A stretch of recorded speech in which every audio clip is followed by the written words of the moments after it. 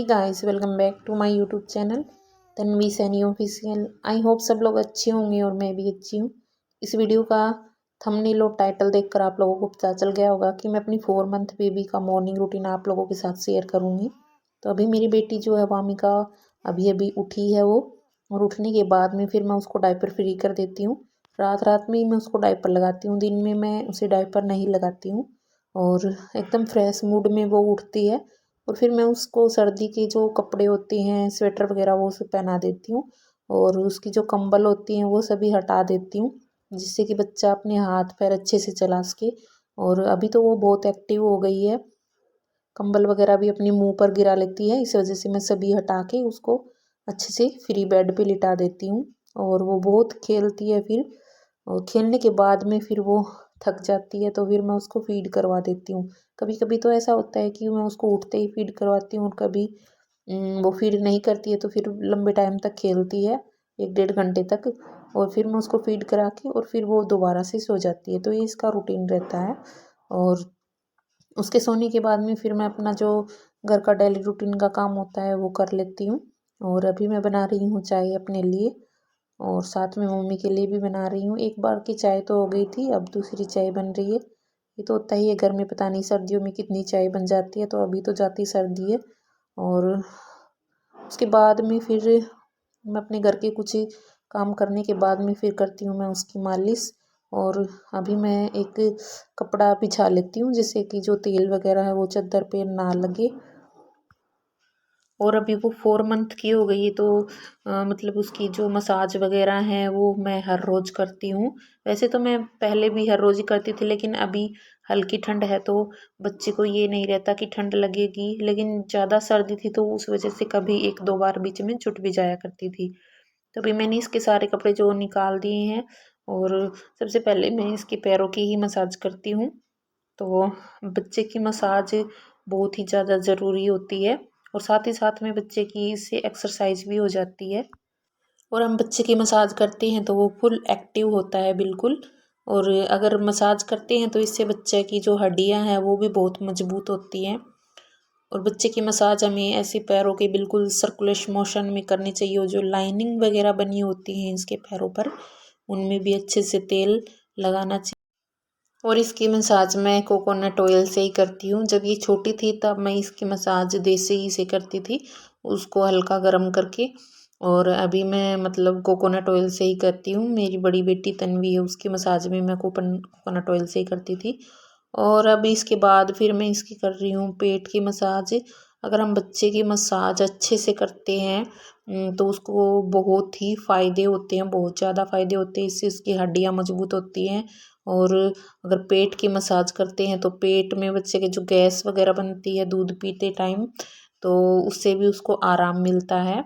और ऐसे बच्चा सारे दिन लेटे लेटे ऐसे लेजी सा हो जाता है, जिससे फिर वो बहुत एक्टिव होता है मसाज करने से। और साथ ही साथ बच्चे के हाथों पैरों की भी एक्सरसाइज हो जाती है।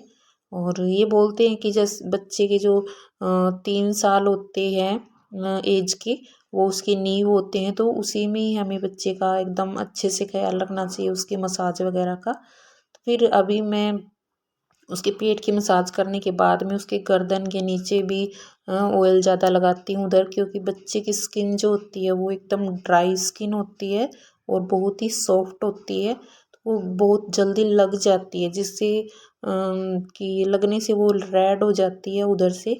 और हम अगर उसकी स्किन को चिकना रखेंगे तो इतना जल्दी लगेगी भी नहीं।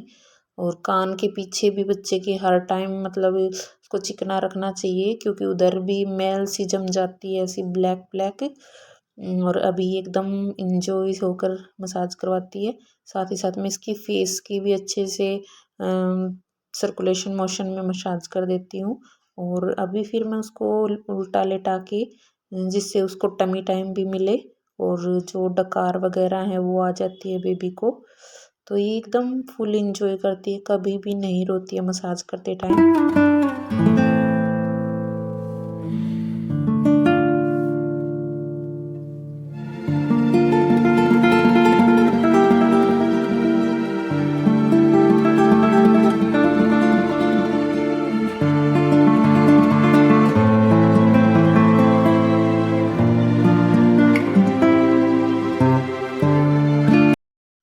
मसाज करते टाइम बच्चे से ऐसे बीच बीच में बातें भी करते रहना चाहिए।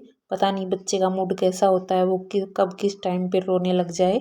तो फिर मैं इसको एकदम ऐसे प्यार से बातें भी करती हूँ और अपनी तरफ ऐसे बोलते भी हूँ, जिससे कि इसका आई कांटेक्ट भी बना रहे और ये मसाज को भी अच्छे से एंजॉय करती रहे। और देख सकते हैं आप, एकदम स्माइल देती है बोलने पर, रिस्पॉन्ड करती है वापस। तो इस प्रकार ये मेरी बेटी का मॉर्निंग रूटीन रहता है, आप लोग देख सकते हैं। और अभी एकदम फुल एंजॉय कर रही है टमी टाइम को भी। अभी तो ये लॉन्ग मतलब लंबे समय तक पेट के बल लेटी रह सकती है।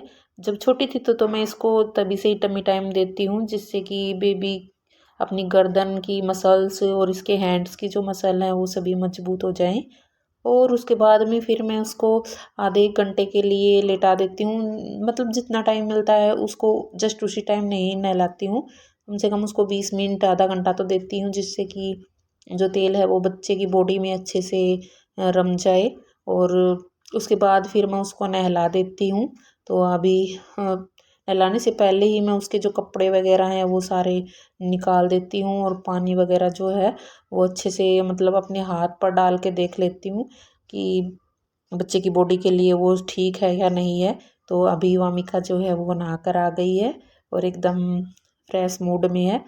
और जब मैं इसको कपड़े पहनाती हूँ, नहाने तक तो ठीक है, लेकिन कपड़े ये बिल्कुल भी पहन के खुश नहीं होती है, एकदम से मतलब रोने लग जाती। तो इसको गोदी में लेकर फिर कपड़े पहनाती हूँ बीच बीच में बोलकर। उसके बाद में फिर मैं इसको काजल वगैरह लगाती हूँ। और अभी मैं इसको थोड़ी थोड़ी देर के लिए बिठाने लग गई हूँ।